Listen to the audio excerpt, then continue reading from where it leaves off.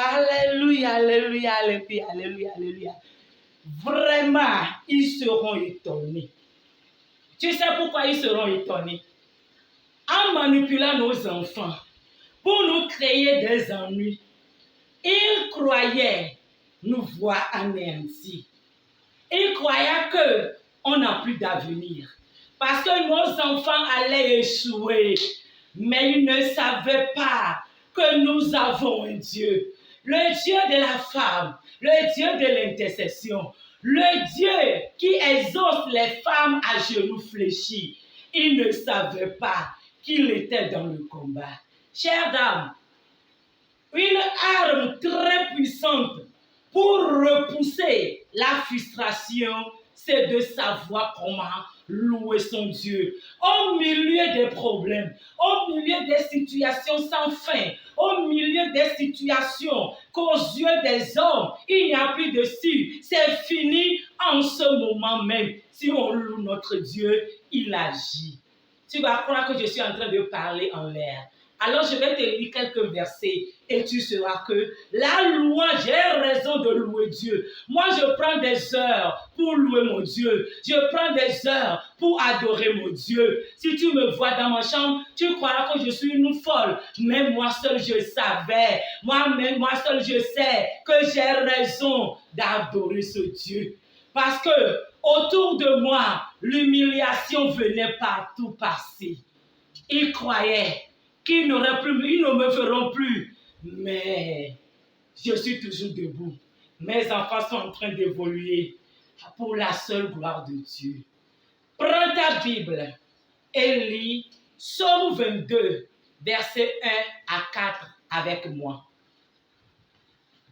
Psaume chapitre 22, versets 1 à 4. Là, la parole de Dieu dit: mon Dieu, pourquoi m'as-tu abandonné? Et t'éloignes-tu sans cesse, sans me secourir, sans écouter mes plaintes? Mon Dieu, je crie le jour, et tu ne me réponds pas. La nuit, et je n'ai point de repos. Verset 4. Pourtant, tu es le Saint, tu sièges au milieu des louanges d'Israël. Alléluia. Si tu appelles Dieu, il semble qu'il ne t'écoute pas. Il semble qu'il ne t'exauce pas. Il semble qu'il ne te répond pas. Il y a une arme auquel il ne résiste pas. C'est la louange. Il siège au milieu des louanges de son peuple. Femme, au milieu des combats, là où tes enfants sont en train de manifester la sorcellerie de la famille. Ils sont en train de manifester des caractères pas possibles.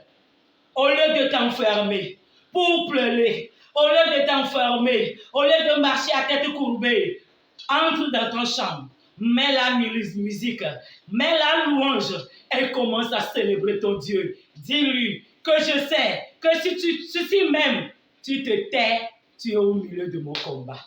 Oui, c'est ce ministère que moi j'ai fait 3 jours.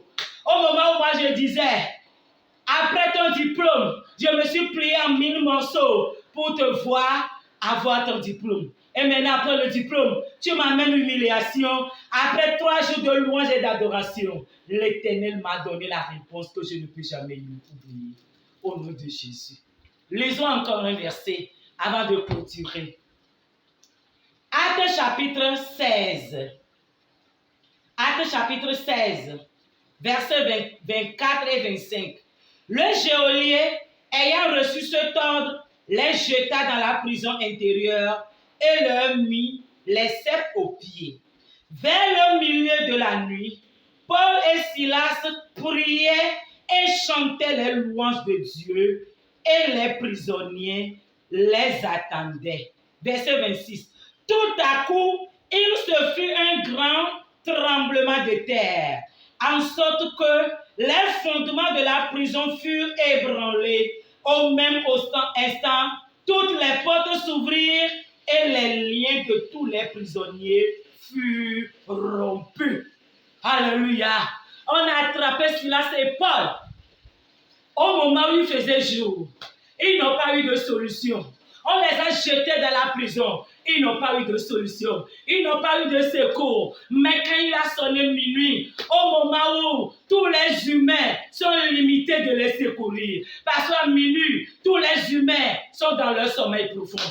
En cet instant précis, où il n'y a plus de secours physique, il n'y a plus de secours terrestre, Silas et Paul ont opté pour louer le Dieu. Au lieu de se plonger dans l'amertume, dans la distraction, en murmurant, ils ont opté pour louer le Dieu. Et la Bible dit, au minuit, en pleine nuit, à la nuit profonde, quelque chose se passait.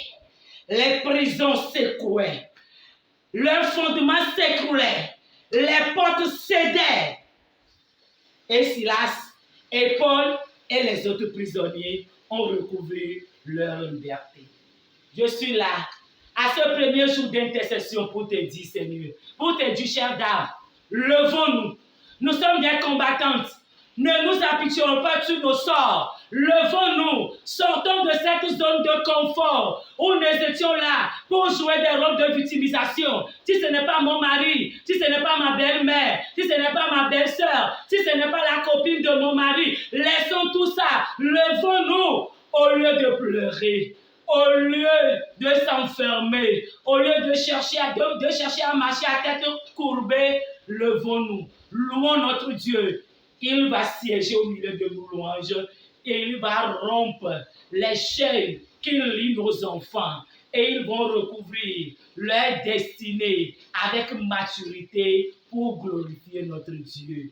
Tu es béni au nom de Jésus. Ce n'est que le premier jour. Demain également, nous serons là pour prier et le troisième jour, nous serons là toujours comme des femmes intercesseuses. Partage cette vidéo à toutes les dames que tu veux voir sourire, que tu veux voir leurs enfants réussir malgré le combat. Invite-les à s'abonner à cette chaîne, à liker la vidéo, à activer la cloche de notification pour ne pas rater les autres jours d'intercession. Tu es béni. Je t'aime au nom de Jésus. Amen.